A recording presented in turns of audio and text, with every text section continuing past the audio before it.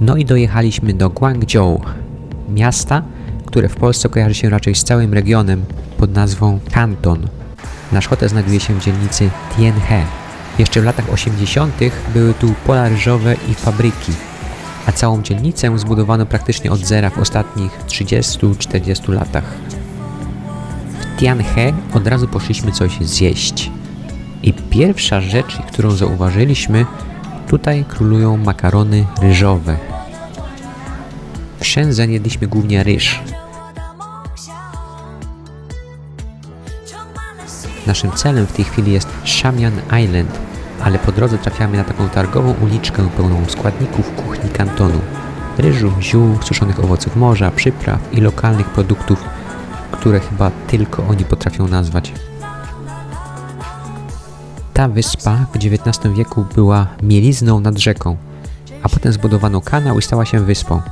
Wygląda jak fragment XIX-wiecznej Europy, tylko w Chinach. Kiedyś była koncesją kolonialną podzieloną na część brytyjską i francuską. Były konsulaty, banki, domy kupców, kościoły, czyli wszystkie instytucje reprezentujące zagraniczne mocarstwa. Chińczycy nie mogli tu mieszkać bez pozwolenia. To była taka zamknięta enklawa. Na wyspie zachowało się ponad 150 historycznych budynków z czasów kolonialnych.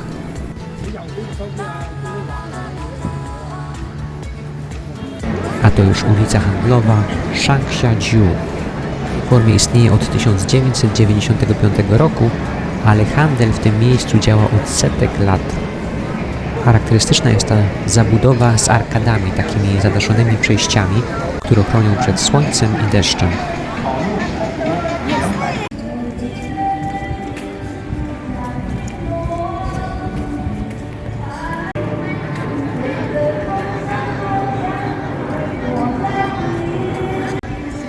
A to kolejna ulica handlowa w Guangzhou, moja ulubiona. Beijing Road to jedna z najbardziej zatłoczonych ulic w całych Chinach. Na szczęście dziś pada deszcz i jest środek tygodnia.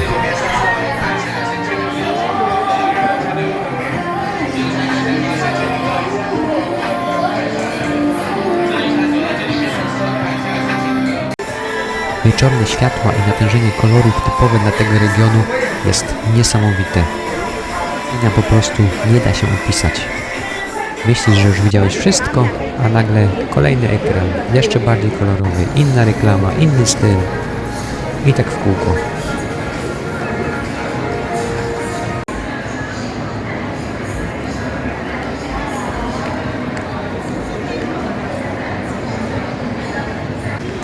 A to magiczna kula wchłaniająca turystów. I właśnie staliśmy się jej kolejną ofiarą. Taki ekran, na który patrzysz, a on po chwili połyka cię do swojej reklamy. Ta czerwona to Gosia. Już się rozpływa.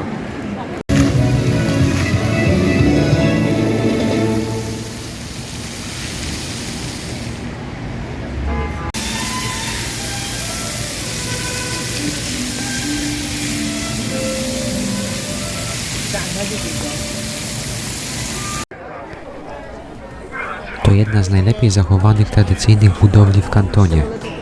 Dawna hala rodowa klanu Chen z końca XIX wieku. Służyła jako miejsce kultury i spotkań dla członków klanu. A dziś jest Muzeum Sztuki Ludowej Guangzhou.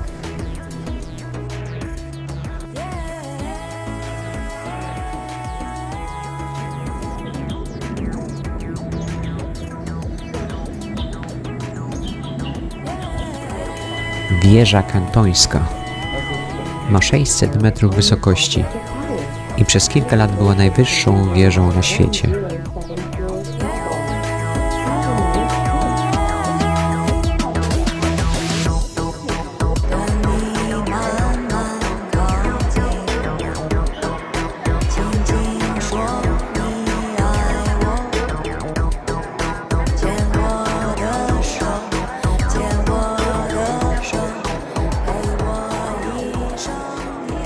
A na samej górze jeździ Bubble Tram. czyli najwyżej położona kolejka panoramiczna na ziemi. Porusza się powoli, bardzo powoli, żeby nic się nie zatrzęsło i żeby wszystko trzymało stabilność, zwłaszcza przy wietrze. Ciekawostką jest to, że sama wieża potrafi się bujać nawet o jakieś 1,5 metra przy mocniejszych wiatrach. I to jest całkowicie normalne.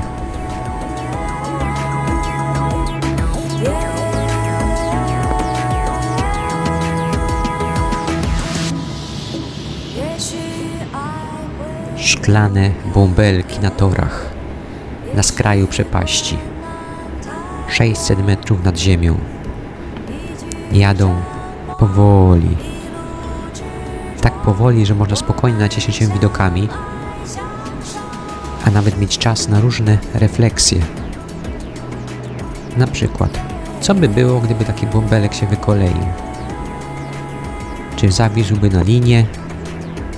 A może pociągnąłby za sobą wszystkie pozostałe i ta cała kolejka posypałaby się w dół? Przy tej prędkości jest wystarczająco czasu, żeby wymyślić sobie każdą możliwą katastroficzną teorię. I właśnie wtedy bum, trzask, coś szarpnęło, zatrzęsło i nic. Żadna teoria się nie sprawdziła. Jedziemy dalej.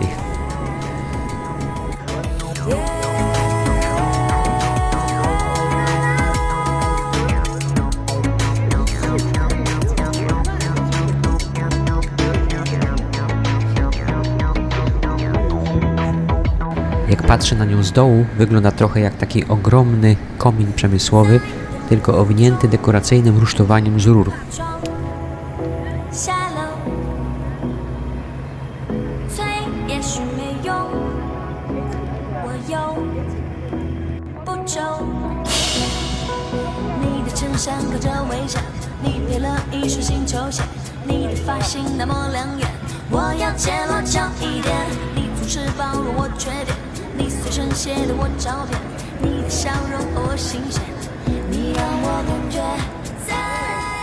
Haishin Bridge to pieszy most łukowy otwarty w 2021 roku. Zaprojektowano go tak, aby wyglądał jak pływająca wstążka.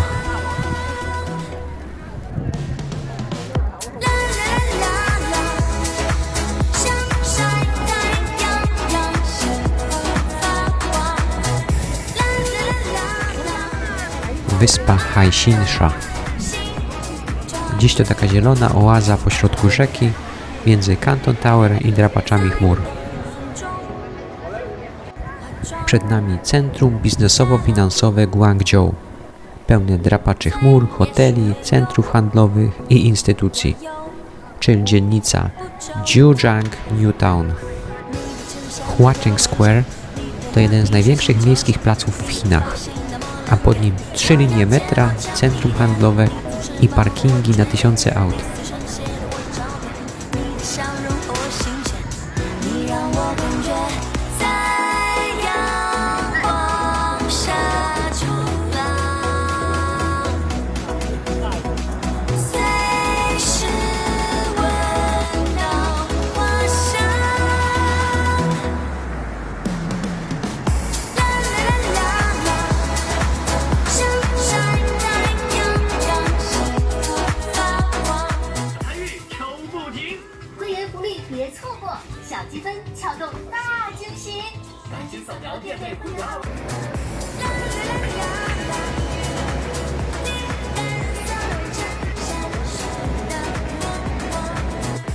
W najstarszej dzielnicy miasta po drodze mijamy tradycyjne uliczki z ubraniami. Małe wnęki sklepowe, stare fasady, ciąg takich trochę klaustrofobicznych magazynów pełnych ubrań. Ceny całkiem przystępne, a jakość zaskakująco dobra. Wiele z nich to końcówki serii z fabryk dla znanych marek.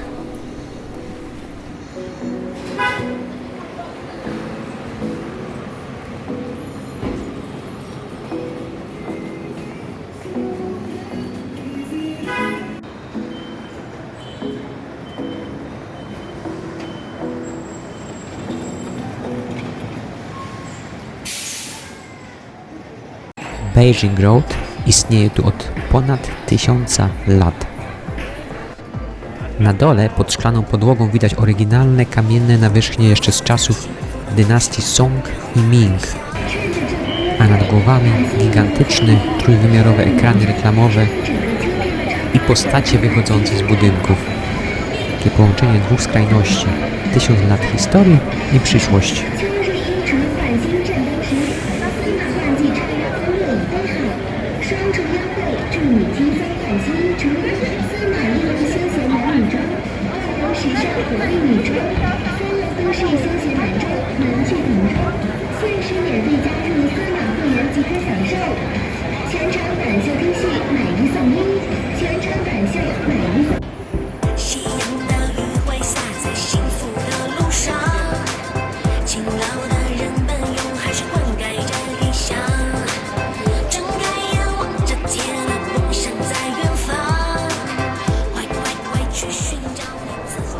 Ta złota świątynia to część jednej z najstarszych świątyń buddyjskich w Guangzhou.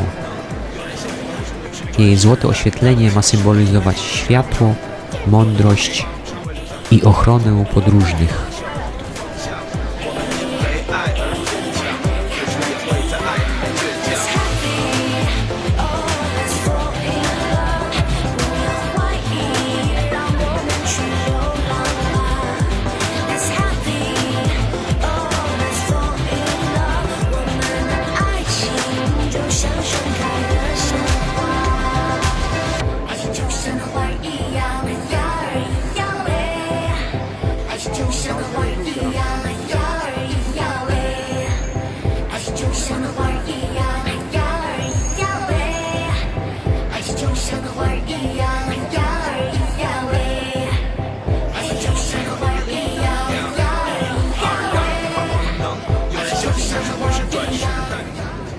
W 1990 roku teren był w większości niezamieszkany, a dziś to taki kantoński Manhattan. To taka wielowarstwowa konstrukcja. Na górze wieżowce, a na dole ulice, metro, podziemia.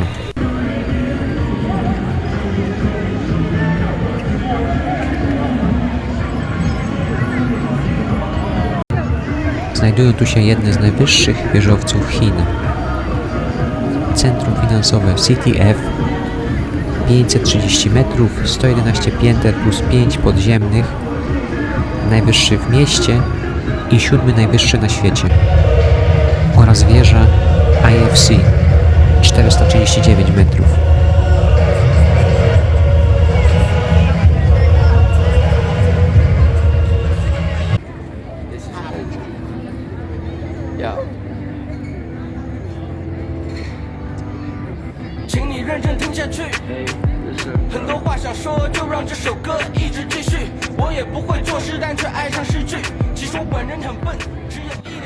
Tu odbyła się ceremonia otwarcia Igrzysk Azjatyckich w 2010 roku.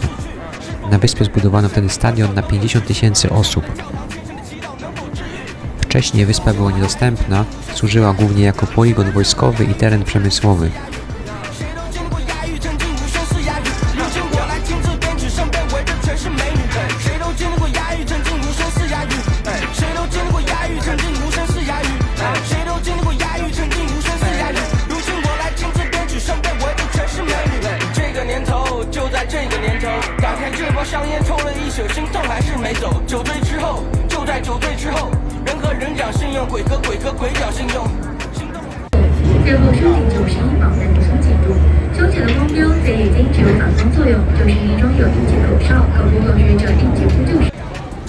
Wieczorny rejs po rzece Perłowej z zachodniego nadbrzeża wyspy Haixinsha.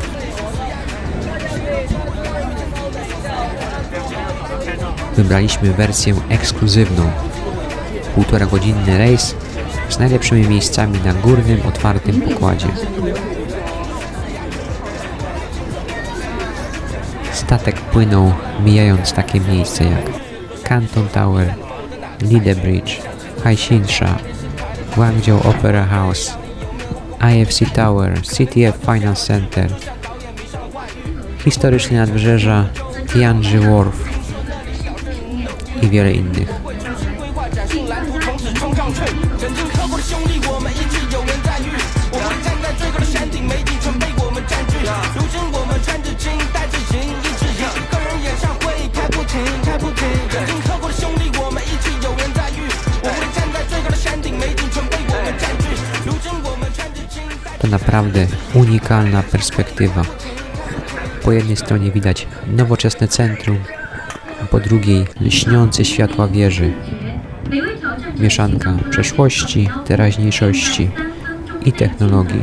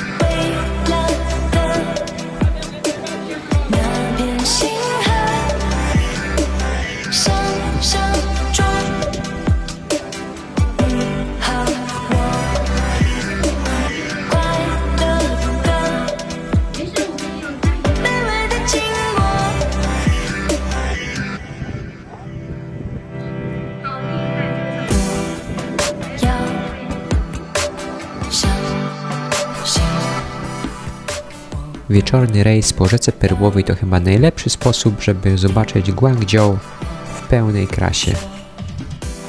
Miasto wygląda zupełnie inaczej po zmroku. Światła mostów, odbicia w wodzie, cała linia wieżowców po obu stronach.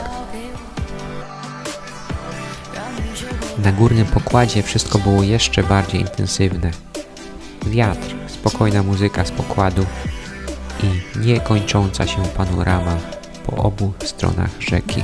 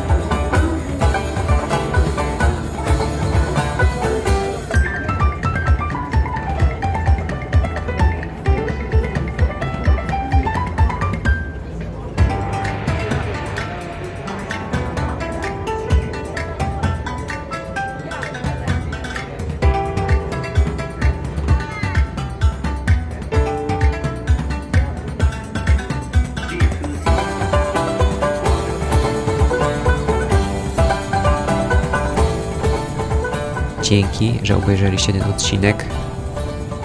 Jeśli Wam się podobało, zostawcie łapkę w górę i subskrypcję. A w kolejnym filmie pokażemy Wam kolejne niesamowite miejsce w Chinach.